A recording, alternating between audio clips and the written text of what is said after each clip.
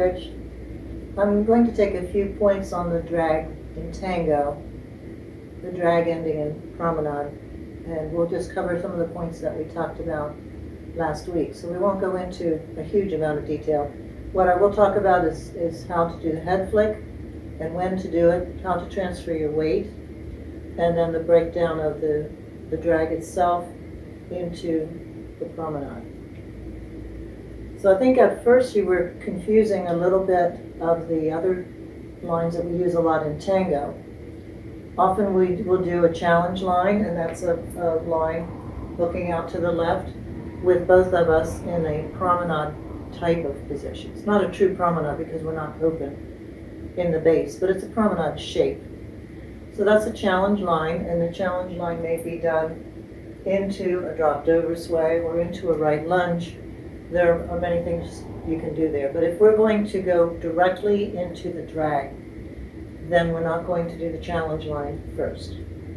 If we were to do the challenge line, then we could do a dropped oversway and do a drag ending to that, or as I said, we could move into a right lunge. So there's just so many different variations, and there are also different styling ideas that you can use on the drag. As far as for the men, some of them will look to the lady, look away, and then look back. Sometimes look to the lady and stay there until the promenade. So we won't cover all of them, there's too many variations. We'll just really talk about the one that I was talking to you about the last time on our lesson, and that is to look towards the girl. Now, one of the things that we often do in Tango, because of the more extreme turn of the head, also on the man, is to tell the men to look down their right elbow. So you can look at the girl, or you can go all the way to the right elbow, which would be flicking the head to its maximum. That's as far as my head will turn. It's important that you stay level. And if you stay level, and you get a little extra look to the left before you look to the right, that will protect your neck. Sometimes people get a little crazy and they turn their head, the chin is going up and down, and then you can get a little spasm in your neck, so you don't want that. So let's talk about the head flick. So as the man, your head is already to the left, not to the left fully, as it would be in a promenade position or an extreme line, but it is to the left of the lady. When you simply turn your head strongly to the right, it can be a little bit more forceful and not as reflective or reactive, and that's what we want. So what you're going to do actually is go from left to more left. You could think of it like pulling a rubber band or cocking a gun. It's a pre-action, it's a wind-up. So I'm going from left to more left to extreme right. Now I'm doing it really slowly right now. Left, right. Left, left more, right. Left, right. So that's the speed. And your head will kind of lock, hopefully in a safe way, into the position, and you'll get a stop. That's what we want. We want a very crisp action. You don't want something loose in the tango. Now, what is the timing of that? So one of the images I like to use is I feel as though there's a button right under the ball of my foot. When the ball of the foot touches the floor, that would inspire my head to do the elastic band or the cocking of the gun or the prep. So what we don't want to do, and this would be true if I'm going into a challenge line or any other line to the side, is dump all the weight quickly onto the foot. It's not only heavy, but you will not get any speed. So what we're actually doing, if we break that down, is we're going into the foot in a way that's a little bit slower. You don't see it.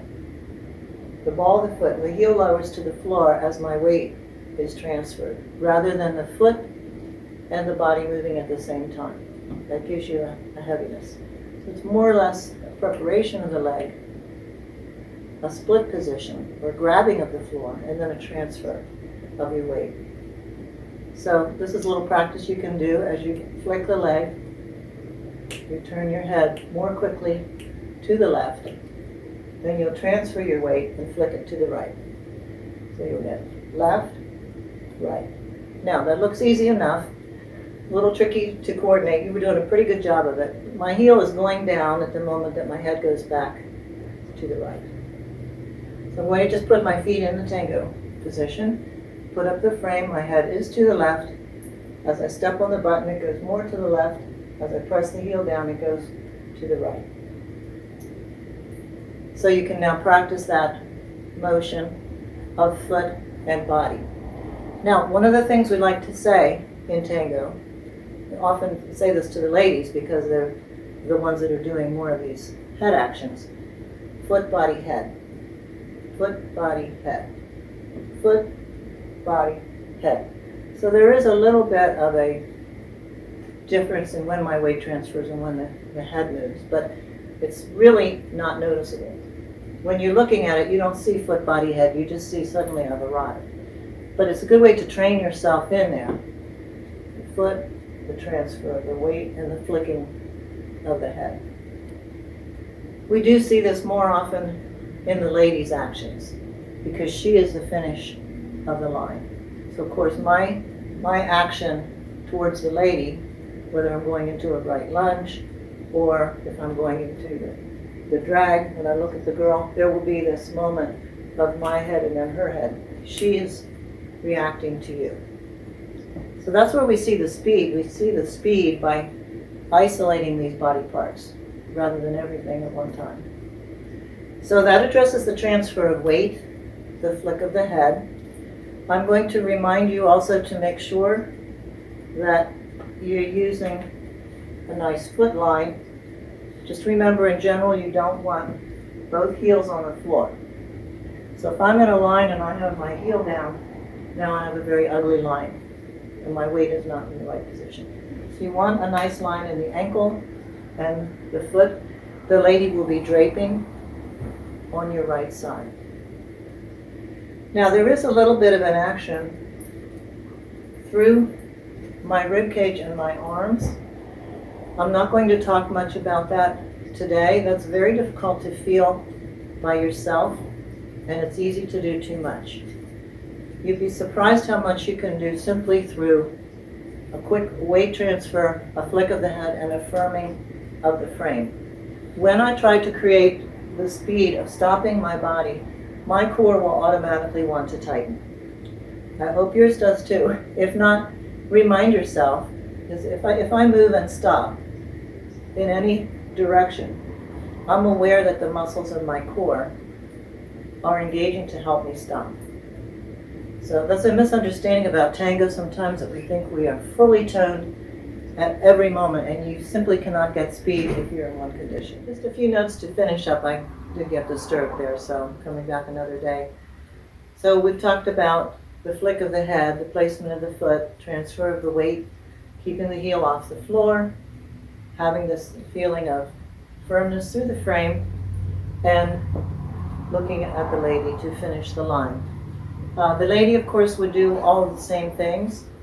She would move her foot slightly ahead of her body weight and not fall into it. So hopefully move with you and transfer the weight also.